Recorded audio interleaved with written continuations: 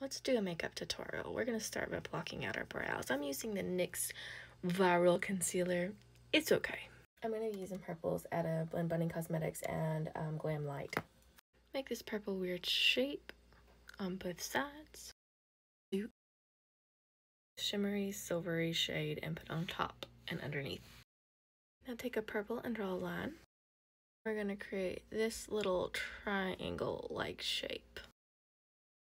Fill all of this negative space in with gold and fill in with purple and make a wing. Enough gems to make your hand fall off. You're going to darken up the purple.